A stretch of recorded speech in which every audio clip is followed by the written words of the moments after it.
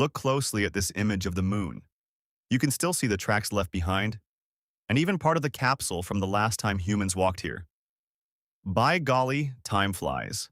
That was Apollo 17 more than 50 years ago, the final mission of the first space race that put humans on the moon.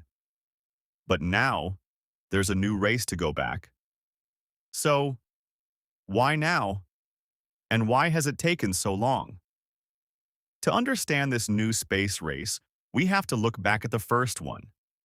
Back in the 1960s, it was the United States versus the Soviet Union.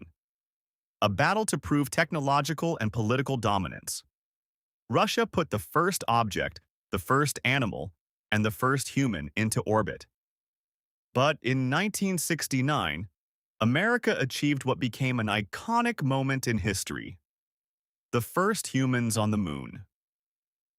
That's one small step for man.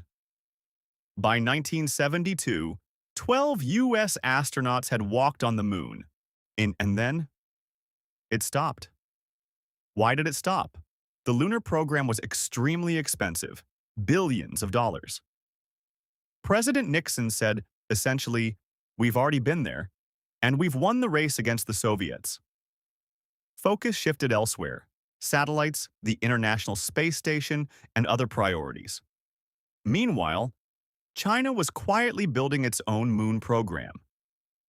In 2006, China's chief scientist said lunar exploration reflects a nation's power. And by 2013, China landed an unmanned craft on the moon, the first since the 1970s. America took notice. New directives were signed to refocus the U.S. space program on human exploration. China made it clear. They want to emulate the U.S.'s success and land humans on the moon. And the U.S.? They don't want China doing it alone. America's new plan is called Artemis. Step 1. An unmanned orbit of the moon in 2022. Step 2. Astronauts will orbit the moon, the first time in more than 50 years. Step 3.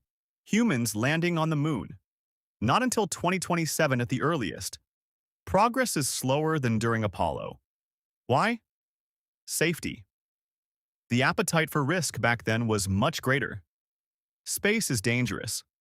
Rockets are hundreds of tons of explosive fuel.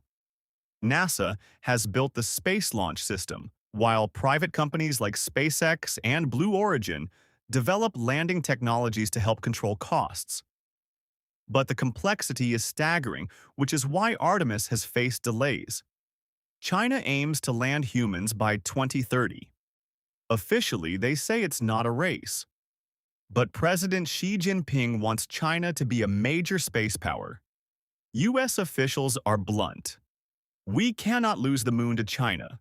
Or if we fall behind, it could shift the balance of power on Earth. Cut to split screen.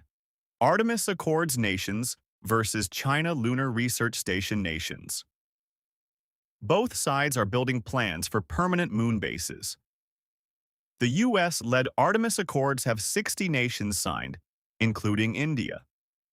China's International Lunar Research Station includes Russia and around 10 other nations. Why the moon's south pole? Frozen water and deep craters.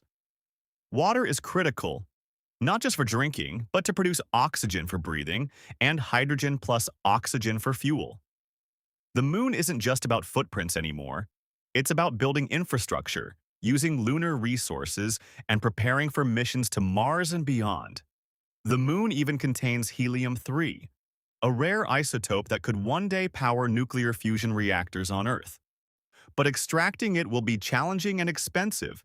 You need equipment, mining operations, containment, and transport back to Earth. Will the payoff be worth it?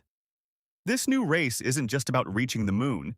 It's about sustainable activity, permanent infrastructure, and expanding humanity's capacity in space for decades to come. The first space race was about missions.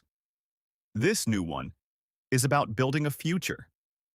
And that's why the moon matters now more than ever. The race is on, and the world is watching. Subscribe for more updates.